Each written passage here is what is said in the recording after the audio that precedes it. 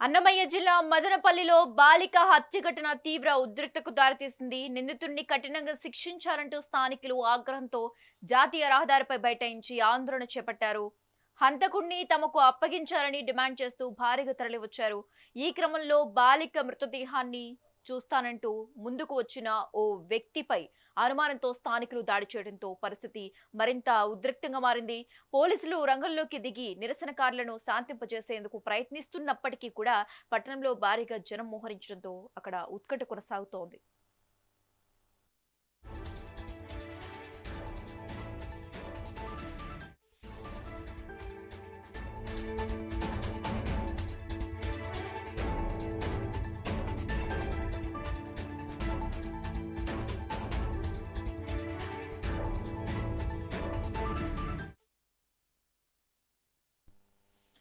అన్నమయ్య జిల్లా మదనపల్లిలో బాలిక హత్య ఘటన తీవ్ర ఉద్రిక్తతకు దారితీసింది. నిందితుడిని కఠినంగా శిక్షించాలంటూ స్థానికులు ఆగ్రహంతో జాతీయ రహదారిపై బైఠాయించి ఆందోళన చేపట్టారు.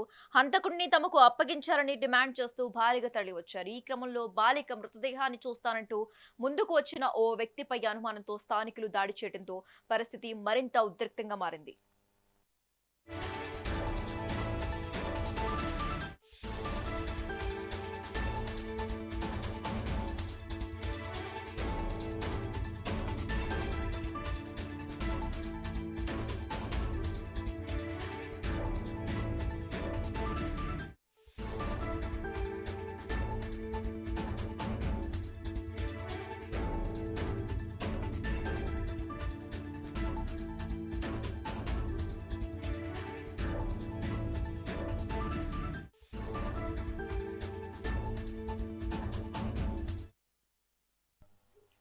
అన్నమయ్య జిల్లా మదనపల్లిలో బాలిక హత్య ఘటన తీవ్ర ఉద్రిక్తతకు దారితీసింది. నిందితుడిని కఠినంగా శిక్షించాలంటూ స్థానికులు ఆగ్రహంతో జాతీయ రహదారిపై బైఠాయించి ఆందోళన చేపట్టారు.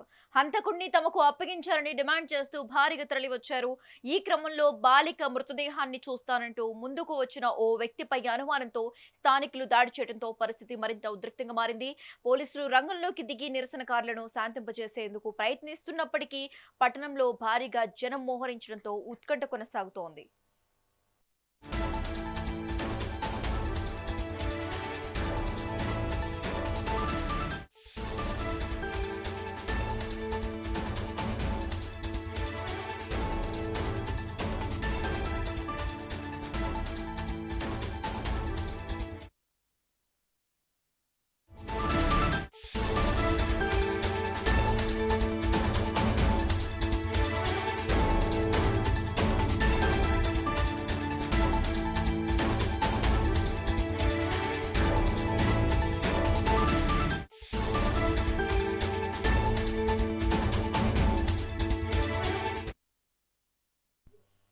అన్నమయ్య జిల్లా మదనపల్లిలో జరిగిన బాలిక హత్యోదంతంపై ఏపీ హోంమంత్రి వంగలపూడి అనిత తీవ్రంగా స్పందించారు.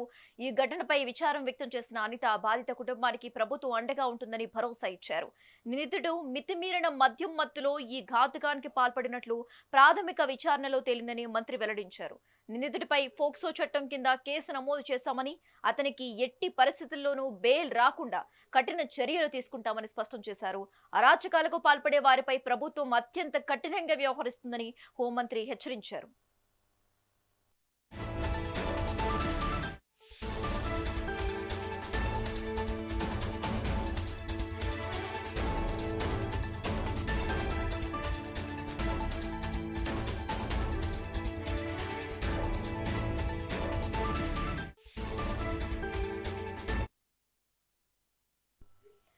అన్నమయ్య జిల్లా మదనపల్లిలో జరిగిన బాలిక హత్యోదంతంపై ఏపీ హోంమంత్రి వంగలపూడి అనిత తీవ్రంగా స్పందించారు. ఈ ఘటనపై విచారం వ్యక్తం చేసిన అనిత బాధిత కుటుంబానికి ప్రభుత్వం అండగా ఉంటుందని భరోసా ఇచ్చారు. నిందితుడు మితిమీరిన మద్యం మత్తులో ఈ ఘాతుకానికి పాల్పడినట్లు ప్రాథమిక విచారణలో తేలిందని మంత్రి వెల్లడించారు. నిందితుడిపై ఫోక్సో చట్టం కింద కేసు నమోదు చేశామని, అతనికి ఎట్టి పరిస్థితుల్లోనూ కూడా బెయిల్ రాకుండా కఠిన చర్యలు తీసుకుంటామని స్పష్టం చేశారు. అరాచకాలకు పాల్పడే వారిపై ప్రభుత్వం అత్యంత కఠినంగా వ్యవహరిస్తుందని హోంమంత్రి హెచ్చరించారు.